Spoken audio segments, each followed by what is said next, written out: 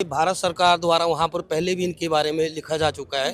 वो इनको तीसरी अदालत बोलते हैं। अच्छा, मान लीजिए जैसे कहीं पे किसी ने देवता बुलाया हो तो एक देवता नहीं जाता है। अच्छा। ये हमेशा आज तक इकट्ठे ही चलते हैं और इनके आपस में जो वचन, ये आपस में गुरु चेला है।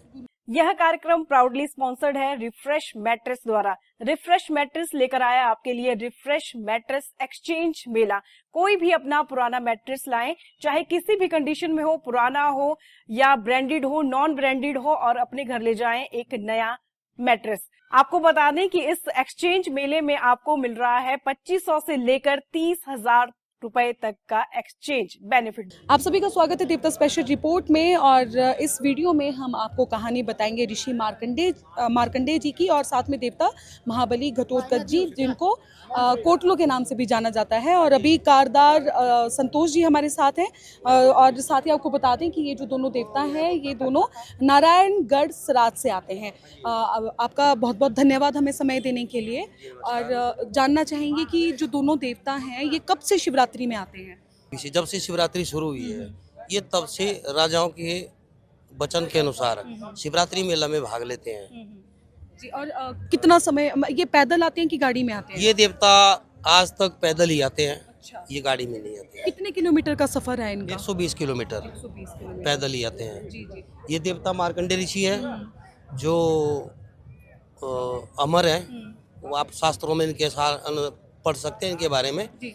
मार्कंडेय ऋषि जो है, इन्होंने देवी भागवत, दुर्गा सप्तशती का वर्णन किया है। देवी के 9 रूपों का वर्णन किया गया है। ये अजर अमर है, इनकी मृत्यु नहीं है। इन्होंने काल को जीता हुआ है। अच्छा। तो साथ में दूसरे देवता हमारे घटोत्कच है, जो महाभारत के मुख्य पात्र हैं, जी, जिनके बारे में आपको बिल्कुल इतिहास हाँ, में इतिहास इनके में बारे दर्ज में है। बिल्कुल महाभारत में। तो ये महाभारत के जो मुख्य योद्धा हैं, और इनके पुत्र जो हैं वो बर्बरीक है। उन दोनों के बारे में तो आप जानते होंगे, किताबों में भी लिखा हुआ है जी। तो ये जो जैसे जो दोनों देवता हैं, दोनों साथ में आते हैं, तो ऋषि मार्कंडेय जी और कोटलू जो देवता है, इनका आपस में क्या रिश्ता है?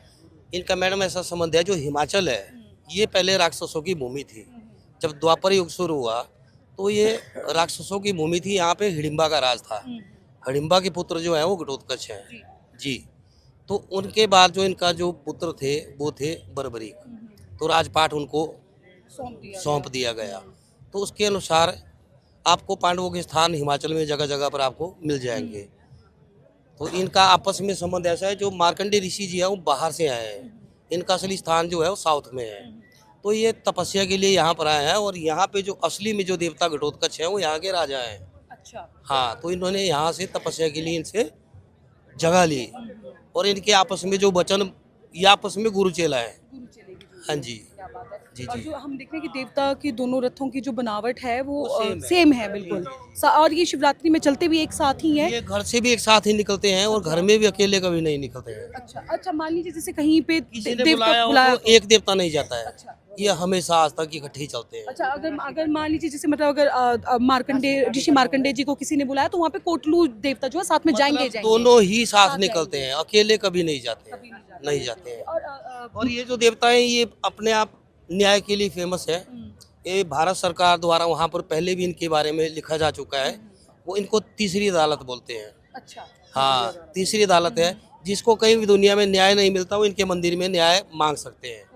हाँ, तो आप कभी भी वहाँ आ सकते हैं न्याय के लिए, और न्याय के देवता हैं। और ये जो ऋषि मार्कंडेय हैं, जिनके कभी किसी के औलाद या पुत्र प्राप्ति नहीं होती, तो हमारे पास लाखों लोग ऐसे आते हैं जिनके बच्चे नहीं होते, तो ये उनको आशीर्वाद देते हैं और पुत्र प्राप्ति होती है। अच्छा, तो अभी जैसे अब वापस जाएंगे तो फिर से 120 किलोमीटर का सफर पैदल तय करके ये वापस अपने स्थान में विराजते हैं। और बहुत बहुत शुक्रिया हमें जानकारी देने के लिए, आपका और समय देने के लिए। धन्यवाद। फेसबुक पर पोल स्टार हिमाचल का पेज लाइक करें और यूट्यूब पर हमारा चैनल सब्सक्राइब करना ना भूलें।